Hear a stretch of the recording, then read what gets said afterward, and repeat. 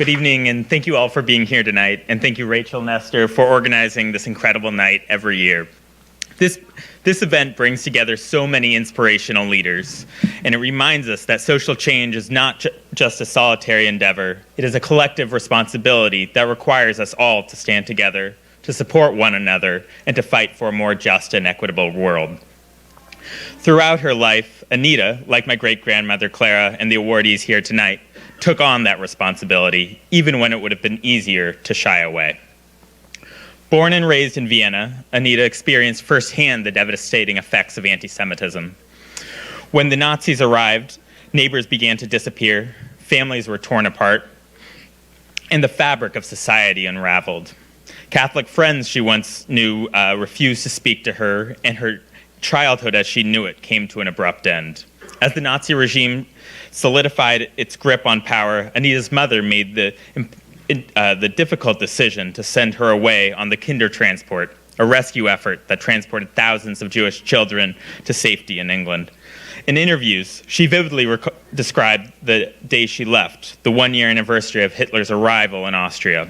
Her mother stood at the train station, and for 4 agonizing hours, Anita watched as the train stood still, afraid to lose her mother forever.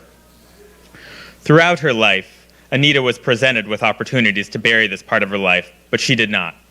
Safely in London, her host encouraged her to accept Jesus Christ as her savior. Had she been younger and not come from a traditional Jewish home, she later recalled in an interview, it would have been so easy. A new country, a new language, why not a new religion, she said. But she never left her Jewish faith because, she said, if she did, Hitler would have won. This story reminds me of one my grandmother told me once. One day when she was a teenager, she came home excited to tell her family about a new job she had at a department store. But they don't hire Jews, her mother, Clara Lemlich, said, to which my grandmother said she had hid that part of her identity. Clara promptly demanded she quit. No paycheck was worth compromising who you are. Anita carried that commitment to truth after the war as well. Newly married, reunited with her family, and suffering from survivor's guilt, she could have chosen to leave the horrors of the Holocaust behind. But again, she did not. She dedicated her life to educating young people about how hate can spread and how we must not all be bystanders, we must be upstanders.